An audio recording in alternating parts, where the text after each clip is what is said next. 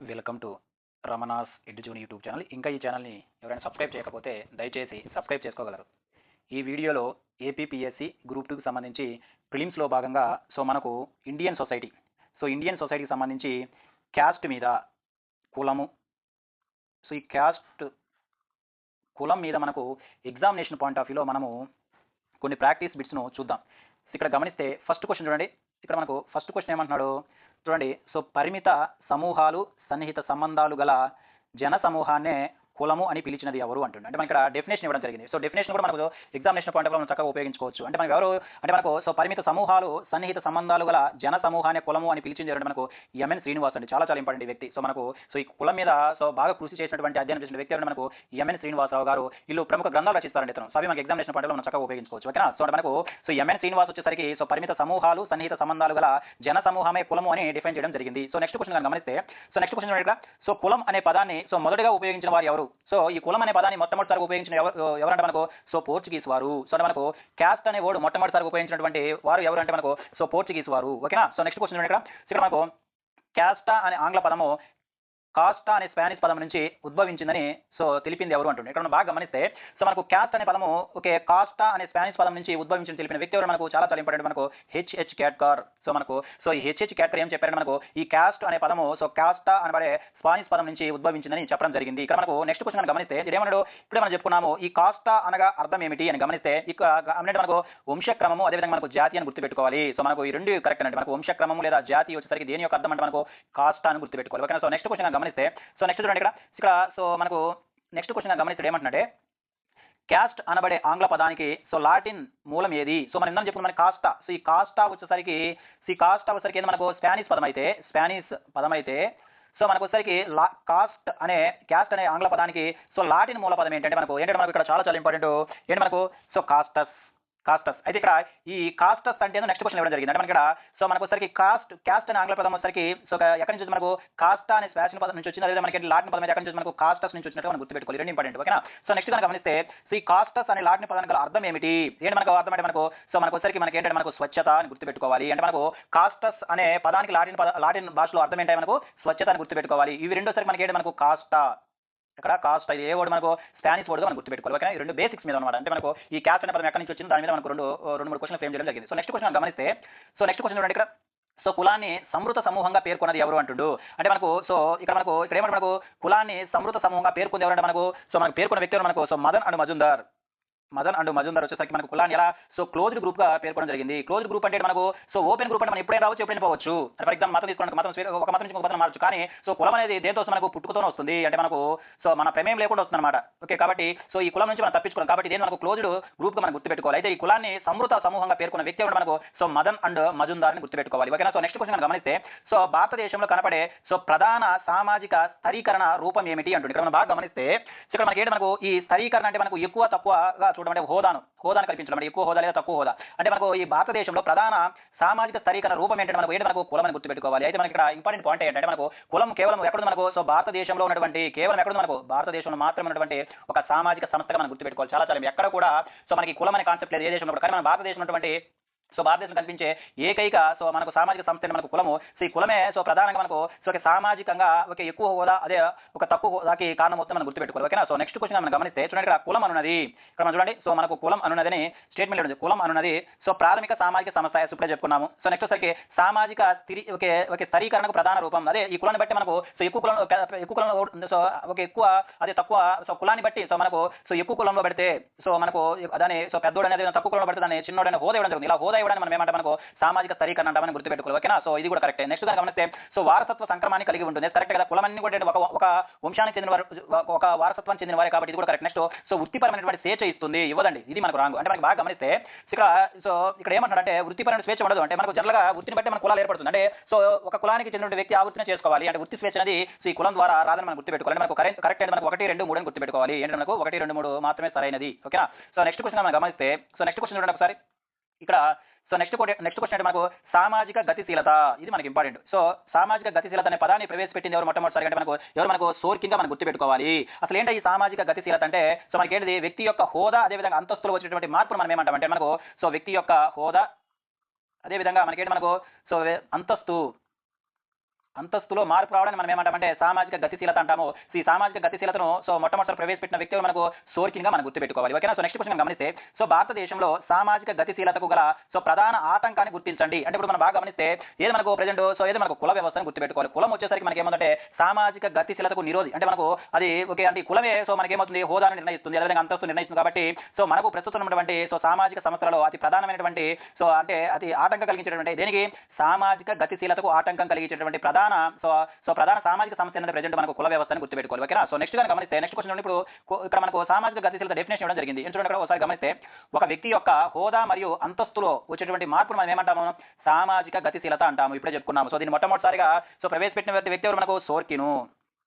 మనకి సామాజిక గతిశీలతలో కూడా మనకు టైప్స్ ఉంటాయి, అది మన తర్వాత చెప్పుకుంటాం. నెక్స్ట్ దాన్ని గమనిస్తే నెక్స్ట్ క్వశ్చన్ చూడండి. భారతదేశంలో వ్యక్తి యొక్క హోదా క్రింద వారిలో దేనిపై అధికంగా ఆధారపడి ఉంది అంటే మనకి దేనిపై మనకు కులం పైన ఆధారపడి ఉందని మనం గుర్తుపెట్టుకోవాలి. అంటే ఎక్కువ కులంలో పడితే అతనికి ఎక్కువ హోదా ఉంటుంది, తక్కువ కులంలో పడితే అతనికి తక్కువ హోదా ఉంటుంది. కాబట్టి ఇక్కడ ప్రధానంగా వ్యక్తి యొక్క హోదాపై ఏ సామాజిక సంస్థ మనకు ఎఫెక్ట్ ఎక్కువ చూపిస్తుంటే ప్రజెంట్ మనకు కులం అని గుర్తుపెట్టుకోవాలి. ఓకే. నెక్స్ట్ చూడండి. కులం గురించి ఇవ్వడం జరిగింది, ఒకసారి చూద్దాం. ఇక్కడ మనకు కులం అన్నది అంటుండు. కులం అన్నది ఆపాదించిన అంతస్తు. అంటే మనకు బై పుట్టుకతోనే వస్తుంది. అంటే మనకు సమాజం బై పుట్టుకతోనే పుట్టినప్పుడు ఆ కులము ఆ కులాన్ని మనం చెందిపోతాం. కాబట్టి ఇదేంటి మనకు ఆపాదించిన అంతస్తు, ఇది కరెక్ట్. నెక్స్ట్ సాధించుకున్న అంతస్తు, ఇది కాదండి, సాధించుకోలేదు, మనకు బై పుట్టుకతో వస్తుంది. కాబట్టి ఇది ఆపాదించినటువంటి అంతస్తుగా మనం గుర్తుపెట్టుకోవాలి. అంటే తనంతర తానుగా వస్తుందన్నమాట. నెక్స్ట్ సంపాదించుకుంటే వచ్చే అంతస్తును ఏమంటామంటే సంపాదించుకున్నటువంటి అంతస్తును ఏమంటామంటే మనం సాధించినటువంటి అంతస్తు అంటాము. కాబట్టి కులం అనేది సాధించినటువంటి అంతస్తు కాదండి, తనంతర తానే పుట్టుకతో వస్తుంది. కాబట్టి ఏముంది ఆపాదించిన అంతస్తు, ఇది కరెక్ట్. నెక్స్ట్ సరికి క్రమశ్రేణి విభజన క్రమశ్రేణి విభజన రూమ్, ఇది కూడా కరెక్ట్ అండి. మనకి ఏమవుతుంది ఇక్కడ మనం బాగా గమనిస్తే మనకు క్రమశ్రేణి అంటే మనకు వర్క్ డివిజన్ జరుగుతుంది అనమాట. ఓకే. వృత్తుల ఆధారంగా మన కులాలు ఏర్పడతాయి. కాబట్టి ఇది కూడా కరెక్ట్. నెక్స్ట్ సరికి సాంప్రదాయ విభజన రూపం అంటే ఒక్కొక్క కులానికి ఒక్కొక్క సాంప్రదాయం అదే సంస్కృతి ఉంది. కాబట్టి ఇది కూడా కరెక్ట్ అండి. మనకు 1, 3, 4 కరెక్ట్ అనమాట. 1, 3 మరియు 4 మాత్రమే సరైనది. ఓకేనా. చాలా చాలా ఇంపార్టెంట్ ఇవన్నీ. నెక్స్ట్ క్వశ్చన్ గమనిస్తే చూడండి. ఇక్కడ మనం నెక్స్ట్ క్వశ్చన్ ఇక్కడ గమనిస్తే ఇక్కడ ఏమన్నాడు వ్యవసాయ కూలీ కుటుంబంలో జన్మించిన వ్యక్తి కష్టపడి గ్రూప్ 1 ఆఫీసర్గా మారడం అనేది ఏంటంటే మనకి ఇక్కడ నిలువ గతిశీలత. దీన్ని మనం ఏమంటామంటే ఊర్ధ్వ గతిశీలత అంటాము. ఏమంటాం మనము ఊర్ధ్వ గతిశీలత.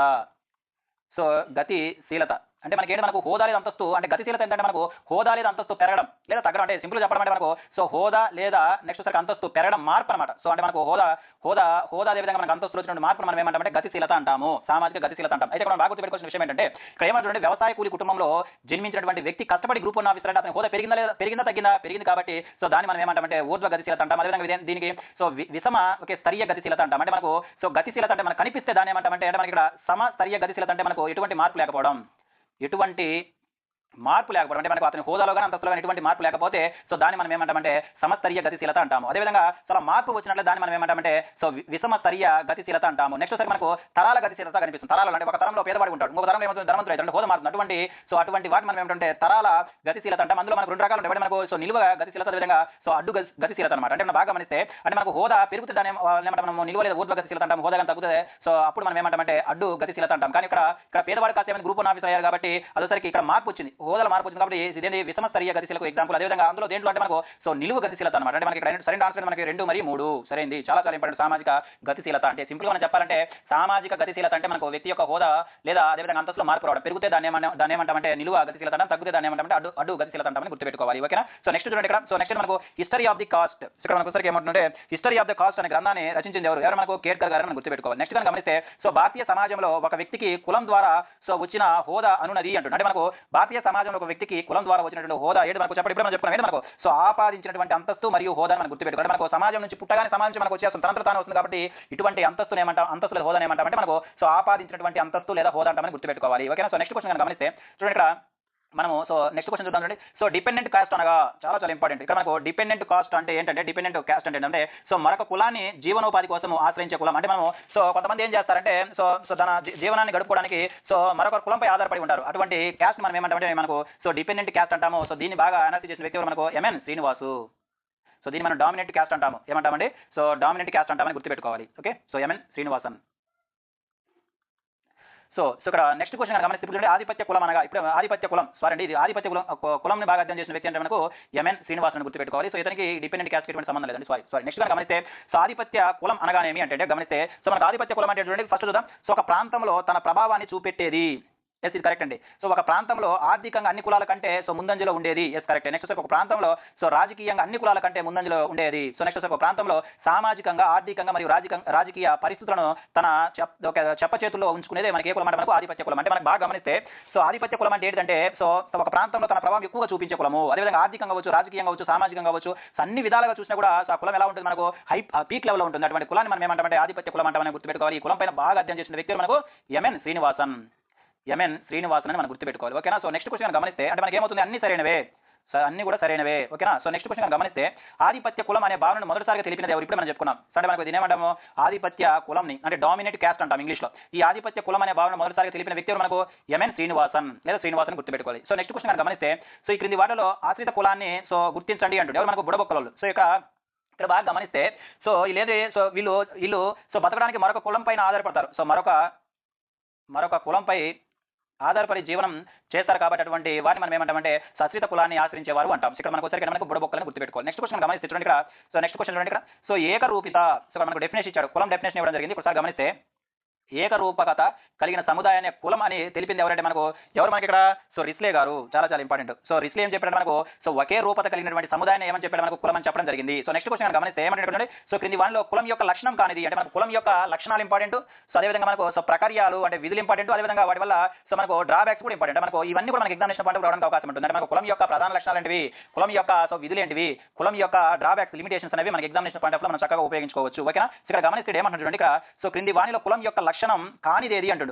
సో కానిది ఏంటంటే చూడండి ఇక్కడ సో అంతర్వివాహ నియమాన్ని పాటిస్తుంది. చాలా ఇంపార్టెంట్. కులం ఖచ్చితంగా సో అంతర్వివాహ నియమాన్ని పాటిస్తుంది. నెక్స్ట్ బహిర్వ వివాహాన్ని సో నియమాన్ని పాటిస్తుంది. ఇది రాంగ్ అండి. సో నెక్స్ట్ గమనిస్తే వారసత్వంగా సంక్రమించబడుతుంది. కరెక్ట్ కదా. అంటే ఒక వారసత్వాన్ని చెందిన వారంతా కూడా ఒకే కులం. ఇది కూడా కరెక్ట్. నెక్స్ట్ గమనిస్తే సో ఆపాదిత అంతస్తుకు కారణం అవుతుంది. ఇది మనం చాలా చెప్పుకున్నాం. ఇదేమవుతుంది సో పుట్టుకతోనే తనంతట తానే సో మనకు అంతస్తు వస్తుంది కాబట్టి కులాన్ని బట్టి ఇది కూడా ఏమవుతుంది మనకు సమాజం చేత ఆపాదిత అంతస్తుకి కారణం అవుతుంది. కులము అంటే మనకు సరైనటువంటి లక్షణం కానిది మనకి ఇక్కడ సో బహిర్వివాహ నియమాన్ని పాటించదని గుర్తుపెట్టుకోవాలి కులము. ఓకే. సో నెక్స్ట్ కానీ గమనిస్తే నెక్స్ట్ చూడండి ఇక్కడ సో కులం అన్నది సమాజం నందు గల క్రమశ్రేణి విభజన అనగా చూడండి ఇక్కడ ఒకసారి మనం గమనిస్తే కులం అనున్నది ఇక్కడ మనం బాగా గమనించాలండి. ఇక్కడ మనం బాగా గమనిస్తే ఇక్కడ ఏమంటాడు సో కులం అన్నది సమాజం నందు గల క్రమశ్రేణి విభజన అనగా ఇక్కడ మనం క్రమశ్రేణి విభజన అనగా ఏంటంటే సో వివిధ కులాల మధ్య చూడండి ఇక్కడ సో మనకు ఆన్సర్ మనకు సి కరెక్ట్ అయినటువంటి ఆన్సర్ మనం గుర్తుపెట్టుకోవాలి. మనకు క్రమశ్రేణి విభజన అంటే ఏంటంటే మనకి ఇక్కడ క్రమశ్రేణి విభజన అంటే చూడండి వివిధ కులాల మధ్య హోదాలు మరియు అంతస్తుల మధ్య గల తేడాలని మనం ఏమంటాము సో క్రమశ్రేణి విభజన అంటామని గుర్తుపెట్టుకోండి. మనకు సో హోదాలు అదేవిధంగా అంటే ఒక్కొక్క కులానికి ఒక హోదా ఉంటుంది, అదేవిధంగా ఒక్కొక్క కులానికి ఒక అంతస్తు ఉంటుంది. అలా ఇవ్వడాన్ని మనం ఏమంటామంటే మనకు క్రమశ్రేణి విభజన అంటాము. ఏమంటామండి క్రమశ్రేణి విభజన అంటాము.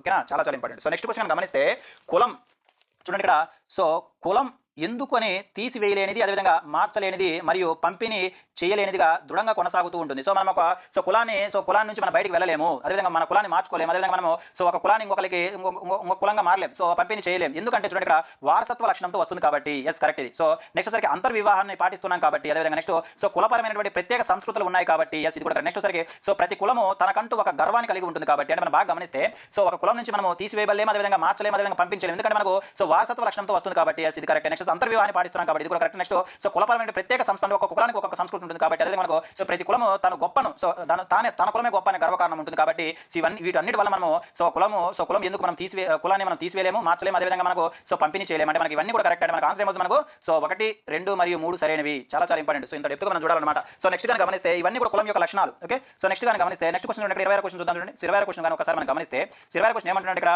సో కులము తన కుల సభ్యులను ఏ రకమైనటువంటి సామాజిక నియంత్రణకు గురి చేస్తుంది అంటుంది. ఏది కానీ గమనిస్తే మనకి ఏంది అనియత సామాజిక నియంత్రణ అంటే ఏంటంటే మనకి ఎటువంటి చట్టాలు ఉండవండి. సో కుల పెద్దలే ఏదైనా వచ్చినటువంటి సో కుల పెద్దలు ఉంటారు మనకి. ఎవరుంటారు మనకు కుల పెద్దలే సో ఏదైనా సమస్య వచ్చినా కూడా తీరుస్తారంటే ఎటువంటి లిఖిత రూపంలో చట్టాలు ఉండవు కాబట్టి సో మనకు కులము తన కుల సభ్యులను ఏ రకమైనటువంటి సామాజిక నియంత్రణ గురి చేస్తుంటే మనకు సో అనియత సామాజిక నియంత్రణ మనం గుర్తుపెట్టుకోవాలి. ఓకేనా. సో నెక్స్ట్ క్వశ్చన్ గమనిస్తే సో క్రింది వాణిలో కులం యొక్క ప్రకార్యం కానిది ఏది అంటుండు. సో మనకు కులం యొక్క ఉపయోగాలు ఉన్నాయి, కొంతమంది కులం యొక్క డ్రాబ్యాక్స్ ఉన్నాయి, సో నిరుపయోగాలు ఉన్నాయి. అవి మీరు చూస్తే ఇక్కడ ఏమంటుంటే సో ఈ క్రింది వాణిలో కులం యొక్క ప్రకార్యం కానిది ఏది అంటుంది. సో మనం చూడండి సో కులం వల్ల మనకి ఏమవుతుంది శ్రమ విభజన జరుగుతుంది. కరెక్టే.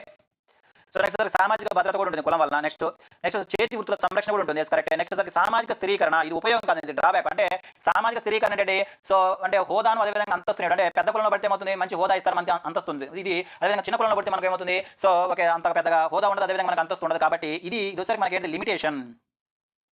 సో లిమిటేషన్గా మనం గుర్తుపెట్టుకోండి. మన కరెక్ట్ ఆన్సర్ అంటే మనకు సో కానిది ఏంటంటే మనకు సామాజిక స్థిరీకరణ అని గుర్తుపెట్టుకో స్థిరీకరణ. నెక్స్ట్ కనుక గమనిస్తే క్రింది వాణిలో కులం యొక్క వికార్యం కానిది ఏంటి అంటున్నాడు. అంటే మనకు డ్రాబ్యాక్ కానిది ఏంటంటే మనం బాగా గమనిస్తే సో సామాజిక స్థిరీకరణ అనేది డ్రాబ్యాకే, నెక్స్ట్ అసమానతలు కూడా డ్రాబ్యాకే, నెక్స్ట్ అంతరానికరణ కూడా డ్రాబ్యాకే, కానీ శ్రమ విభజన అనేది డ్రాబ్యాక్ కాదు, ఇది వికార్యం కాదు అని గుర్తుపెట్టుకోవాలి. ఓకే. సో నెక్స్ట్ క్వశ్చన్ గమనిస్తే సో పరువు హత్యలు ఏ రాష్ట్రం నుంచి అధికంగా సంభవిస్తున్నాయి. అసలు పరువు హత్యలు అంటే మనకు సో తన కొడుకు కానీ కూతురు కానీ తనకంటే తక్కువ కులమని సో పెళ్లి చేసుకోవడం వల్ల వాళ్ళు ఏం చేస్తారు, అది పరువు పోయినట్టుగా భావించి వాళ్ళని చంపుతారు. వాటిని మనం ఏమంటే పరువు హత్యలు అంటాము. ఇప్పుడు ప్రెజెంట్ వచ్చేసరికి మనకు ఇక్కడ ఉన్న హర్యానా ఉంది, కానీ మనకు ప్రెజెంట్ ఎక్కడ ఉంది, మనకు ఎక్కువ మనకు మధ్యప్రదేశ్ అండ్ జార్ఖండ్ గుర్తుపెట్టుకోవాలి. రీసెంట్ డేటా ప్రకారం ఎక్కడ మనకు మధ్యప్రదేశ్ అండ్ జార్ఖండ్ అని గుర్తుపెట్టుకోవాలి. ఓకేనా. ఇది అంటే మనకు పరువు హత్యలు దేని వల్ల వస్తాయి, మనకు కాపు పంచాయతీలు వస్తాయి అన్నమాట. మనం తర్వాత చెప్తాం చూడండి ఇక్కడ. సో కాపు పంచాయతీలు ఇక్కడ గమనిస్తే పరువు హత్యలను ప్రేరేపించినటువంటి సంస్థలు ఏంటి అంటే ఇప్పుడు మనకు చెప్పుకున్నాం ఏంటి, మనకు కాపు పంచాయతీలు అంటే మనకి ఈ కాపు పంచాయతీలు వచ్చేసరికి సో పరువు హత్యలను సో బాగా ప్రేరేపిస్తాయి అనమాట. ఓకేనా. ఇది ఇంపార్టెంట్. ఓకే. నెక్స్ట్ కనుక గమనిస్తే సో కులాలు మరియు రాజకీయాల మధ్య గల సంబంధాలపై క్యాస్ట్ ఇన్ ఇండియా పాలిటిక్స్ అనే గ్రంథాన్ని రచించింది ఎవరు, చాలా ఎవరు, మనకు రజనీష్ కొఠారి అని గుర్తుపెట్టుకోవాలి. అంటే మనకు ఇక్కడ కులాన్ని రాజకీయాలకు లింకు పెడుతూ సో మనకి ఏం రాశారు, మనకు caste in so Indian politics అనే గ్రంథాన్ని రచించిన వ్యక్తి ఎవరు, మనకు సో రజనీష్ కొఠారి అని గుర్తుపెట్టుకోవాలి. ఓకేనా. సో నెక్స్ట్ క్వశ్చన్ మనం గమనిస్తే ఇక్కడ చూడండి, ఇక్కడ నెక్స్ట్ క్వశ్చన్ మనం గమనిస్తే ఇదేంటి మనకు సో ఇక్కడ గమనిస్తే ఇక్కడ ఏమంటే సో అనులోమ వివాహం వల్ల జన్మించిన సంతానం ఏమని పిలుస్తారు. సో మనకు సో 2 వివాహాలు ఉంటాయి. ఒకటి మనకు అనులోమ వివాహం. అనులోమ వివాహం అంటే ఏంటంటే సో మనకు వివాహం పురుషుడు అదేవిధంగా స్త్రీ మధ్య జరుగుతుంది. అంటే ఎక్కువ హోదా గల పురుషుడు తక్కువ హోదా గల లేదా కులంగల స్త్రీని వివాహం చేసుకునేటువంటి వివాహాన్ని మనం ఏమంటామంటే అనులోమ వివాహము అంటారు. వీరికి పుట్టినటువంటి సంతానం మనం ఏంటి, మనకు వాళ్ళని ఏమంటామంటే మనకు సో దాసీపుత్రులు అంటాము. చాలా ఇంపార్టెంట్. వాళ్ళని ఏమంటాం మనము సో దాసీపుత్రులు అంటామని ఎగ్జామినేషన్ పాయింట్ ఆఫ్ లో మనం గుర్తుపెట్టుకోవాలి. ఎవరైనా మనకు దాసీపుత్రుడు అంటే మనకు సో ఎక్కువ హోదా గల పురుషుడు తక్కువ హోదా గల స్త్రీకి సో మనకు వివాహం జరిగినట్టయితే అటువంటి వివాహాన్ని మనం ఏమంటామంటే అనులోమ వివాహము అంటాం. సో రివర్స్ ఉంటే దాన్ని మనం ప్రతిలోమ వివాహము అంటాం. సో లేదా విలోమ వివాహం అంటే మనకి ఇక్కడ గమనిస్తే సో పురుషుడేమో సో ఎక్కువ క్యాస్ట్ లో ఉంటాడు, స్త్రీ తక్కువ వర్ణంలో ఉంటుంది. అటువంటి వారి మధ్య జరిగిన వివాహాన్ని మనం ఏమంటే అనులోమ వివాహం అంటారు. వారి పుట్టిన సంతానం మనకి ఏంటి, దాసీపుత్రులు. వీళ్ళు ఏమంటాం, మనం శూద్రులు అంటాము. ఏమంటామండి, శూద్రులు అంటామని గుర్తుపెట్టుకోవాలి. సో ఇక్కడ మనకు సో మను రచించినటువంటి మను ధర్మశాస్త్రం ప్రకారం ఈ అనులోమ వివాహం ఒకసారి యాక్సెప్ట్ చేశారు. కానీ సో నెక్స్ట్ మనం ఏం చూస్తాం ఇక్కడ సో విలోమ వివాహాల వల్ల జన్మించిన సంతానం ఏమని పిలుస్తారు అంటే ఏమని పిలుస్తారు, మనకు సో పంచములు అంటామని గుర్తుపెట్టుకోండి. మనకి ఇక్కడ మనకి ఏం జరుగుతుందంటే ఇక్కడ ఎక్కువ హోదా గల స్త్రీ తక్కువ హోదా గల పురుషుని వివాహం ఆడితే అటువంటి వివాహాన్ని మనం ఏమంటాము అంటే సో విలోమ వివాహము అంటాము. సో వీరికి పుట్టినటువంటి సంతానం మనం ఏమంటాము, పంచములు అంటామని గుర్తుపెట్టుకోవాలి. అయితే ఇక్కడ సో మనకు మను రచించినటువంటి మను ధర్మశాస్త్రం ప్రకారము సో ప్రతిలోమ వివాహాలను అనుమతి ఇవ్వలే, కానీ సో అనులోమ వివాహాల మనకు అనుమతించినట్టుగా మనం గుర్తుపెట్టుకోవాలి. ఓకేనా. ఇది మనకు ఒకసారి విలోమ అదేవిధంగా మనకు సో అనులోమ వివాహాల గురించి మన ఎగ్జామినేషన్ పాయింట్ ఆఫ్ లో గుర్తుపెట్టుకోవాలి. సో నెక్స్ట్ క్వశ్చన్ చూడండి ఇక్కడ. సో నెక్స్ట్ క్వశ్చన్ గమనిస్తే ఈ క్రింది వాటిని జతపరచండి అంటుంది. ఇక్కడ మనకి ఏమి ఇచ్చాడు, మనకు కుల సిద్ధాంతాలు, కుల ఆవిర్భావ సిద్ధాంతాల గురించి ఇవ్వడం జరిగింది. సో మనకు ఏ సిద్ధాంతాన్ని ఎవరు చెప్పారో మనకి ఎగ్జామినేషన్ పాయింట్ ఆఫ్ లో మనం చక్కగా ఉపయోగించుకోవచ్చు. ఇక్కడ మనం చూస్తే సో జాతులే కులాలుగా మారినవి చెప్పిన వ్యక్తి మనకు రీస్లే. దీని ఏమంటే జాతి సిద్ధాంతం అంటాం. అంటే మనకు సో జాతులే కులాలుగా మారినవి అని చెప్పినటువంటి సామాజికవేత్త ఎవరు, మనకు సో రీస్లేని గుర్తుపెట్టుకోవాలి. అంటే నెక్స్ట్ కనుక గమనిస్తే సో వివిధ రకాల సంస్కృతులు సమ్మిళితం అవడం వలన సో కులాలు ఏర్పడని చెప్పిన వ్యక్తి మనకు శరత్ చంద్రరాయి అని గుర్తుపెట్టుకోవాలి. సో నెక్స్ట్ కనుక గమనిస్తే సో పరిణామ క్రమంలో కులాలు ఏర్పడని చెప్పిన వ్యక్తి మనకు సో అబెస్టన్ అని గుర్తుపెట్టుకోవాలి. నెక్స్ట్ కనుక గమనిస్తే సో భౌగోళిక వైవిధ్యం వల్ల కులాలు ఏర్పడని చెప్పిన వ్యక్తి మనకు సో గిల్బర్ట్ అని గుర్తుపెట్టుకోవాలి. మనకి ఏమవుతుంది, first option correct. So next question గమనిస్తే నెక్స్ట్ కూడా మనకి ఏమి చూడండి, సో కుల ఆవిర్భావ సిద్ధాంతాలు ఇవ్వడం జరిగింది, వాటిని మనం చూద్దాం. సో ఇక్కడ బాగా గమనిస్తే చూడండి ఇక్కడ ఏమంటారు, సో కుల ఆవిర్భావ సిద్ధాంతాలకు సంబంధించి క్రింది వాటిని సరిగ్గా జతపరచండి అంటున్నాడు. అంటే మనం బాగా గమనిస్తే చూడండి సాంప్రదాయ సిద్ధాంతం. ఈ సాంప్రదాయ సిద్ధాంతం ఎక్కడ మనకు సో ఋగ్వేదంలోనే సో మనకు 10వ మండలం పురుష సూక్తంలో ఉంది. ఓకేనా. సో నెక్స్ట్ జాతి సిద్ధాంతం ఇప్పుడు మనం చెప్పుకున్నాం, మనకు రిస్లే. నెక్స్ట్ సరికి బహుళ కారక సిద్ధాంతాన్ని ప్రతిపాదించిన వ్యక్తి మనకు హట్టన్గా మనం గుర్తుపెట్టాం. నెక్స్ట్ సరికి రాజకీయ సిద్ధాంతం సరికి మనకి యూరోపియన్ స్కాలర్ని గుర్తుపెట్టి. ఇవన్నీ కూడా ఏంటంటే ఒకవైపు ఏమో కుల ఆవిర్భావ సిద్ధాంతాలు అంటే మనకు సాంప్రదాయ సిద్ధాంతాన్ని ప్రతిపాదించింది ఎవరు, మనకు ఋగ్వేదము. అదేవిధంగా మనకు సో కులాలు ఏర్పడడానికి సో ముఖ్యంగా జాతులే కారణమైన వ్యక్తి ఎవరు, మనకు రిస్లేని గుర్తుపెట్టారు. అదేవిధంగా కులానికి సంబంధించి కులం ఏర్పడడానికి అనేక కారణాలు ఉన్నాయని చెప్పినటువంటి వ్యక్తి ఎవరు, మనకు అంటే మనకు హట్టన్గా మనం గుర్తుపెట్టారు. అదే మనకు సో రాజకీయంగా కులాలు ఏర్పడని చెప్పినటువంటి రాజకీయ సిద్ధాంతాన్ని గురించి సో రాజకీయాల వల్ల మన కులాలు ఏర్పడని చెప్పిన వ్యక్తులు ఎవరంటే మనకు సో యూరోపియన్ స్కాలర్లుగా మనం గుర్తుపెట్టాలి. మన ఆప్షన్ ఏమవుతుంది, ఒకటే అవుతుంది. ఇవి మనకు సో ఇండియన్ సొసైటీలో ఉన్నటువంటి సో క్యాస్ట్ మీద కొన్ని ఇంపార్టెంట్ క్వశ్చన్స్ వచ్చే వీడియో